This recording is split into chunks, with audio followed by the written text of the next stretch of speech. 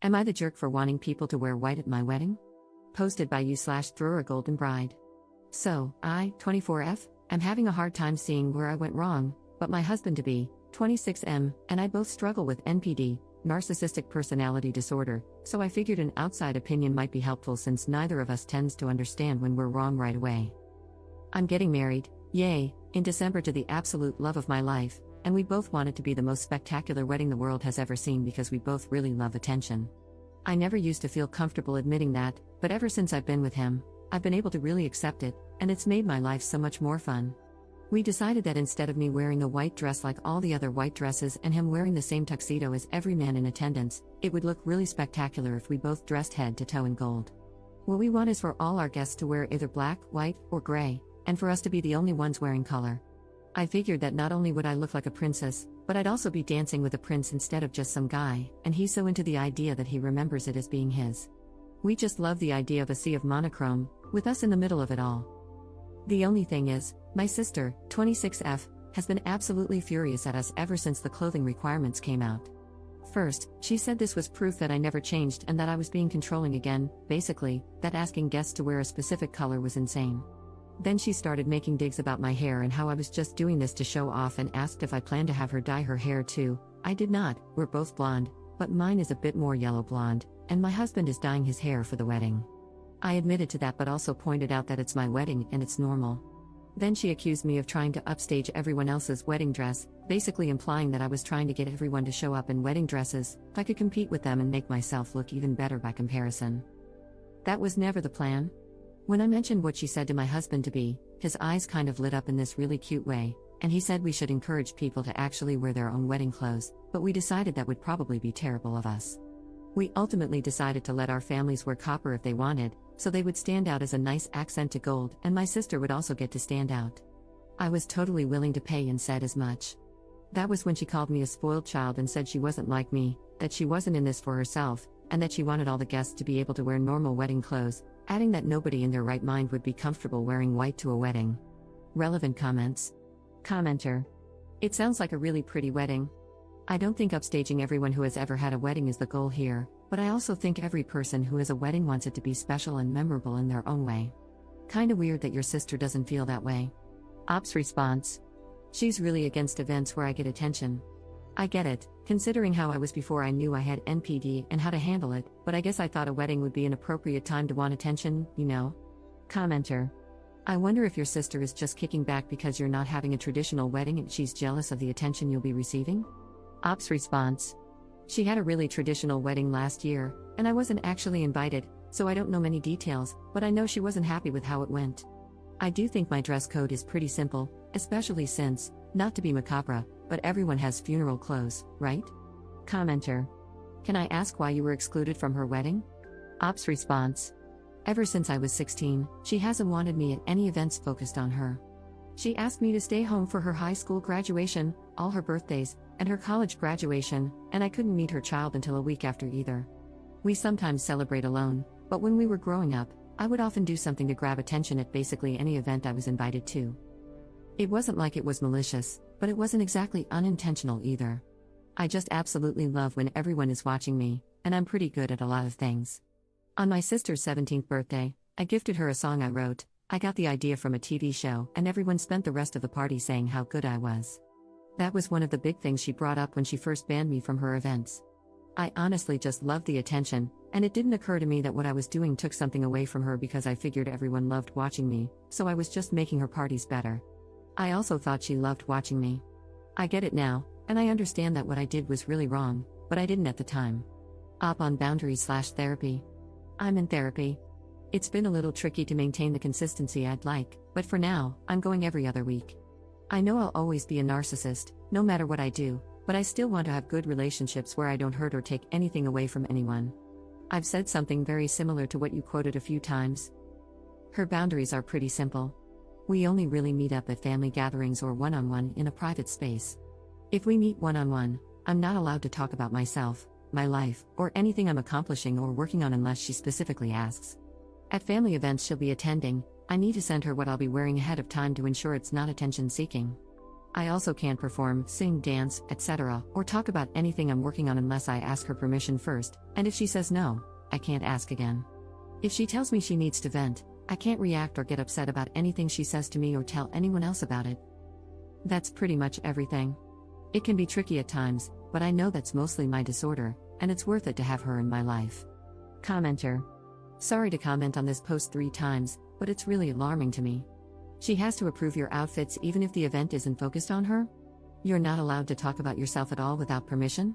I hope someone with more experience with NPD can tell me if there's a healthy rationale behind this, because I think you love your sister so much that you're unable to see clearly that she's controlling you and, frankly, being really mean to you. Ops response. I'm only not allowed to talk about myself at all when it's just us, and I'm not supposed to ask for permission. When we're at family gatherings, I can talk about myself generally, like my relationships, the music I like, or anything else. I just can't talk about my goals, projects I'm working on, or accomplishments of any kind without checking first, because it's considered a form of attention seeking. Most recently, I had to check if she was okay with me talking about learning how to make pizza from scratch from my husband-to-be. She said it was fine as long as I focused on the learning process and didn't, offer to teach anyone anything or say how great I was at it. The outfits thing can be frustrating, especially since she almost always shoots down 3 or 4 outfits before accepting something, and it's usually way too hot. But it makes her feel much more comfortable, so it's not the biggest deal. Update 1 year 5 months later. My husband and I recently celebrated our first anniversary, and I was thinking about all the dress code drama when I remembered this account and thought it would be fun to give you all a little 1 year update. After I made my original post, my husband and I decided to contact my sister and parents for a sit-down discussion about the situation. He offered to take everyone out to eat, and we had a really long conversation about my sister and my relationship. My sister said she had made a promise to herself never to let that happen again, and that if I wanted her in my life, I needed to be a normal person. My husband told her that if she was going to keep humiliating me for something I did as a child, then she wasn't a normal person either. It became a bit chaotic. My dad took our side and said my sister was taking things too far. My mom took my sister's side and said that since I have NPD, I'm not capable of real change, and that if they ever gave in at all, they would be hurting my sister. It ended with my sister calling my father an enabler and threatening to cut him off. It wasn't a great dinner overall. What surprised me was my sister's husband. She called me the next day at his recommendation, and we talked for a long time. She told me that she doesn't want to feel like a side character in the My Name show, and that it had felt that way throughout our childhood. I told her that I feel like I'm not allowed to have meaningful relationships with any of our family since she restricts what I say, do, and wear around them. I pointed out that she controls my clothes for almost every family event and that this was my wedding. She admitted that was a good point. Eventually, she agreed to attend the wedding in a really cute black and white checkerboard dress and to leave if it became too much. The wedding itself was incredible. It was the second best day of my life so far, and my sister said she was genuinely happy for me. I felt like a princess in a fairy tale the whole day, and my husband was the handsomest prince in the universe. The whole thing was under the stars, it was perfect. I could talk about it forever, but character limits. As a wedding gift, my sister told me that she was going to start letting me wear what I liked at family gatherings, talk about my accomplishments, and even talk about myself a little when it's just me and her. And she has, and it's been great. The only better gift I got that night was my husband himself. This past year has been the best of my life, and I genuinely feel so much better about life and family these days. I'm a girl mom now, and I'm so glad my daughter gets to know her aunt and cousins too. I'm even allowed to babysit for my sister sometimes. Up in the comments. Okay, you want to hear why I am a diagnosed narcissist? 1. If I don't get attention, am alone too long, or cannot express everything in my mind to someone, doesn't really matter who, I can't feel anything. I just go numb. There's no happiness, no anger, no anything, just this vat of numbness that is unbearably dull and cannot be escaped until I have all eyes on me. 2. I genuinely believe I am the best at everything I do on an emotional level. I think I am a musical genius, and there's a bit to back that up, but I also think I'm a dancer on the level of at least any backup at a concert, that my drawings are good enough to be in a museum, that my writing is deep and ingenious, that I'm prettier than 99% of models even with a baby weight, that I can act well enough to win an Oscar if I were ever randomly put in a big-budget movie for no reason, and I have nothing backing any of that up, except maybe the writing being slightly above average. My husband has told me that he agrees with the model thing, and I have to put that in this reply. 3. The last time I failed, full-on failed, it was at chemistry, and I temporarily became a full-on anti-vaxxer because I decided chemistry was made up and stupid, and nobody could ever really understand it. they were all just getting lucky and also evil. In reality, I'm not good at science. I still kind of resent scientists. I also decided that my teacher must be madly in love with me and punishing me for being so beautiful because he didn't want his wife to divorce him. That is how my mind works when I am not good at a thing. 4. I recently sat my husband down, told him that I had rewritten a whole musical to be about another character, and that it was so much better than the original. One woman showed both the original and then mine in front of him without even my piano and demanded he tell me in detail all the ways mine was better than the original. He has never seen the original or read the book it was based on first. 5. I will talk and talk and talk and talk and talk. Look at this post. Look how many hours I've spent talking about myself, in detail. That's probably not the smartest, because I am absolutely loving the attention.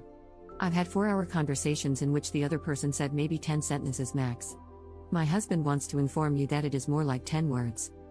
6. My friend had me sit in the backseat instead of shotgun while she took me and 2 other girls to a very expensive concert for her birthday, and I decided she must secretly hate me, that she was boring and mean anyway, and by the time we reached the show, I was sure I'd go no contact after, only to realize the shotgun friend was the only one not sitting next to her in the show, and she was trying to be fair. I immediately remembered that actually, she's really smart and kind and fun, and I love her.